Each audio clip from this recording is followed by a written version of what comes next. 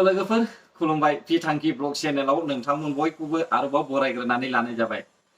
स' लोगोफोर आङो मोनसे भिडिअखौ नायनानै जोबोद मोजां मोनदों। बिथांमोना थांनाय समफोरावहाय गोबांथार जाथायबो जानानै थांबाय। जेब्लानाखि बेंगालराव फैदोंमोन, बेंगालराव लोगो मोनलायनानै न'आव थांफिननायनि उननिफ्रायनो बिहा गोबांथार जाथाय जादों आरो गोबां सुबुङानो बिनि सोमोन्दै गाज्रि कमेन्टबो होनानै होदों आरो गाज्रि भिडिअबो एडिट खालामनानैहाय बानायनानै होनायखौ जों नुदों। नाथाय गोबाव समनिफ्राय दिनैहाय फार्स्ट टाइम सानैजों मिनि खुसि गारि सायावहाय थानानैहाय भिडिअ हगारनायखौ नुनानै आं जोबोद गोजोननाय मोनदों। बै समावबो आं बुंखादोंमोन जायखौ हास्थायदों बेजोंसो थांदों, हारसा हौवाजोंथ' थाङाखै, बर' हौवाजोंसो थांदों। गावनि हास्थायनाय बायदि थांबाय, बेयावहाय मा गेरेन्थि दं होननानैहाय, बेयो जेबो गेरेन्थि नङा होननानै। दिनैबो आरोबाव आङो बिथांमोनखौहाय नुनो मोनबाय गारि सायावहाय सानैजों स्ट्रं थानानैहाय भिडिअ हगारलायनाय। वेलकम बैक टू मिठी नार्जारी यूट्यूब चैनल। स' लोगोफोर बिराद गोबावनि उनाव दिनैहाय आं नोंथांमोननिसिम ब्लगखौ लानानै फैबाय आरो एक्चुअली आं हाबानि उनावहाय फर्स्ट टाइम दा मिथिंगा बर' आई मीन हाजबेन्डजोंहाय मा होनो उदालगुरि थांनो ओंखारदों। ओमफ्राय मोनसे खामानि दं आरो बेयावहाय, ओमफ्राय मा खामानि दं नोंथांमोनखौ बेखौ आं नेक्स्ट व्लगाव खिन्थागोन। ओमफ्राय दिनैनियावहाय बेखौ खिन्थाथ'ला। स' बिदिब्ला फैबाय थादों आंजों लोगोसे। ओमफ्राय दा लामायाव थाङै नोंथांमोनजों गोबां खोथा सावरायलांनो दं आरो। स' फैदो बिदिब्ला थांनोसै।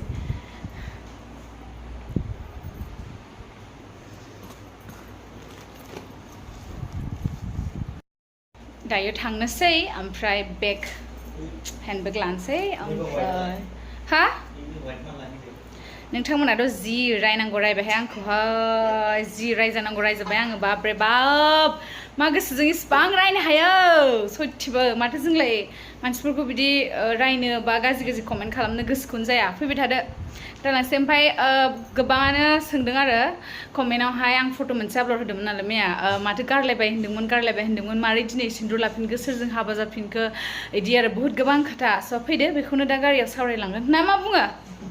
आदै मिथिंगा बर' मा बुङो? चलो तो फिर चलते हैं। Colgate Total, the all-in-one toothpaste. Listen to over 90 million songs ad-free and over 15 million podcast episodes with Amazon Prime Music. Download now.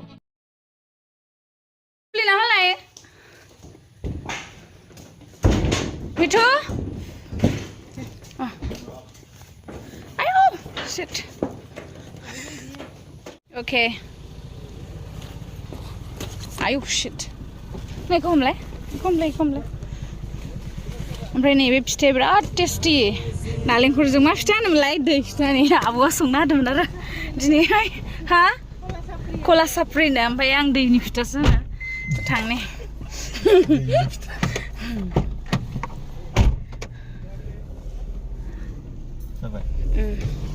थाथ' दे आब'। मेख्ला गानोहाय इसोरनिथिं एसेल' गाव लामा बानायदों। माबा बानायनो नागिरदों ना बेखौ, वाटार साप्लाइ। नै साप्लाइनि दै मोनसिगोन दे, आइरन जानो गसिगोन एसे, आइरनाव दुगैनो गसिगोन एसे ना मिठु ना इधर देखो। स' लोगोफोर दायो जोङो ओंखारबाय थांनोसै। ओमफ्राय गोबाङानो कुइसन सोंदोंमोन नालाय गारलायनाया मा जाखो होननानै। एक्चुअलि नोंथांमोना सोरबा जोंनि खुगानिफ्राय खोनादोंमोन जानो जे जों गारलायबाय बिदि होननानै। खोनायाखैना? अब्ला माने बेलेगनि खोथा खोनानानै बा बेलेगनि भिडिअ नायनानै मानसिखौ जाज खालामनो नाङा आरो।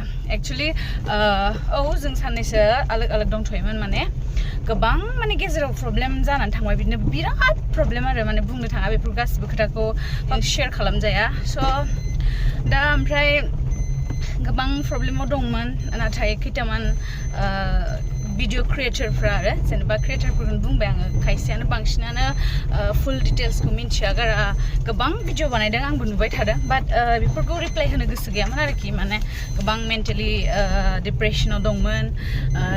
नोंथांमोनजों खायसेजों गोबां रायजानाय, बा बिथिंजाय फेमिलि प्रब्लेम, बिथिंजाय गोसोथोलायनायनि टेनसन, नङा होमबा?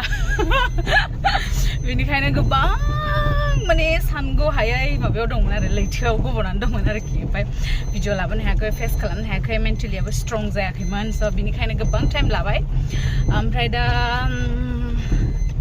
बेसेथो बेबायदि सिन्था खालामनानै थाबाय थानो नङा होमबा बाट देसै लाइफआव जि जायो मोजांनि थाखायनो जायो आरो जि जायो गासिबो जानो गोनां एक्चुअलि लिरनाबो फैखायो जानो हागौ आरो बा गाव खालामनानै लायो नामा बेखौ मिथिला आङो दे बेखौ आं बुंनो हाला बाट दा जि जाबाय जाबाय बेखौनो सानसै अराय सम मोजाङै थानांगौ आरो अराय सम बोर सारस्रि हरदो बेखौ रायजालायगोन दा र' जि जाबाय जाबाय जानानै थांबाय आरो दा पास्ट लाइफखौ अलरेडि टटेलि बावगारनानै जोङो प्रेजेन्टखौहाय मोजाङैनो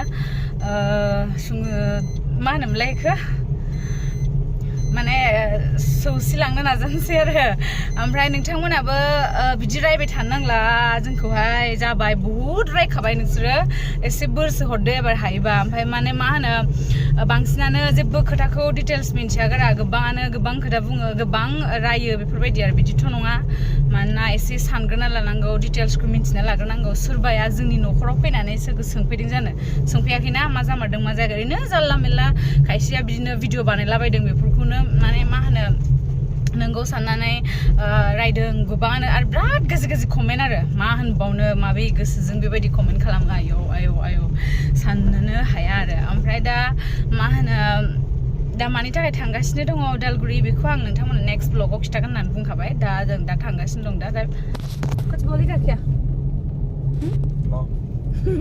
बेसेरा बेबो रायजा अन्थावबाथाव मानो रायजाफेरनो मोनाखैमोन बियो मिथिबाय माबा मोनसे ग्रह नांबाय आरो जोंनि लाइफआवहाय ओंखायनो रायजानांगौ जाबाय जेबो नंला दा बेखौनो सानोदि मा होनो जेसेबां माने रायजादों बे जाहाथे जोंनाव बोर जानानै फैयो आरो जों लाइफखौ मोजाङै माने खुंलांनो हायो आरो बिदिनो आरो लाइफआवथ' प्रब्लेमा जाया नङा गोबाङाबो जायो खिन्थु आंनि लाइफआव ओरैबायदि बे प्रब्लेमा जाबाय माने सिमाङावबो साननो हायै प्रब्लेम आरो बेफोरो ना माने बेफोरजोंहाय सोलोंनोबो हाबाय देसुन आरो मा मावबा मा जायो बेफोरखौबो गोबां माने मिन्थिनोबो मोनबाय आरो लाइफआव आरो इन फिउचार बेफोरबायदि गलतिखौ आरो माब्लाबाबो जाला होननानैबो गावबो माने साननानै लानो हाबाय आरो दा माने मा होनो बेबायदि भुलाथ' जाखादों जेनेबा जायाखै नङा गोबां भुल जादों जोंनिया आरो भुला आरो आं हारसिंल' नङा गासिनिबो नङा होनलाय गासिनिबो भुल ओमफ्राय दा बेखौथ' सानबाय थानानै लाभ गैलाना बेखौ सानबाय थायोबाथ' देखुन जोङो आरो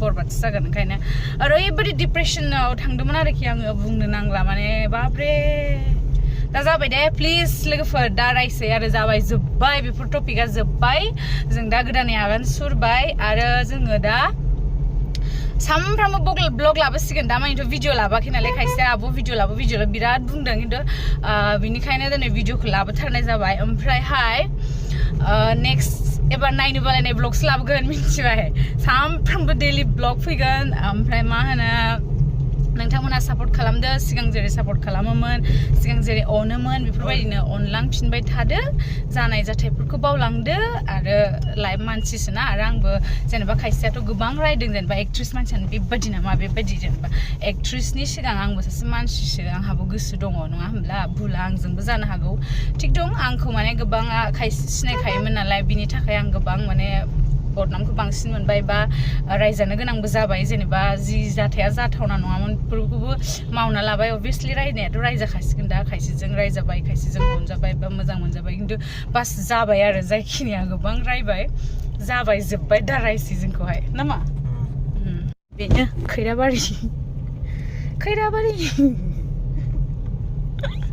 खैराबारि टाउन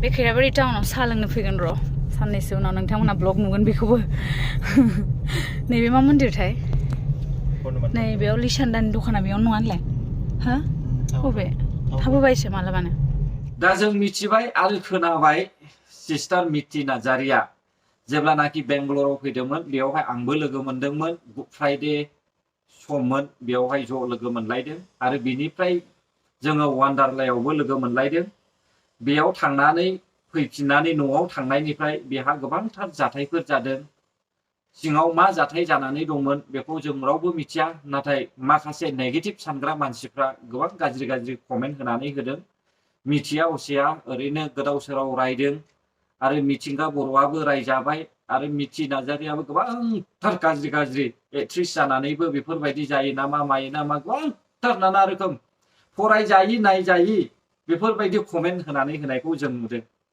नाथाय दिनैहाय गोबाव समनिफ्राय सानैजोंहाय स्ट्रं भिडिअ हगारनानैहाय होनायावहाय आंहा जोबोद गोजोननाय मोनदों। स' आं सानो बिथांमोना सानैजों मिलायलायनानै सिगांनि जालांनाय जाथायफोरखौहाय सानलाया जासे गुबुनफोरनि बुंनाय रावफोरखौहाय खोनासङा जासे गावबा गावनि लाइफखौहाय गावबा गावनो दानानै लागोन आरो रुजु रुमु रायजोखौहाय अराय सम जालांगोन होननानैहाय।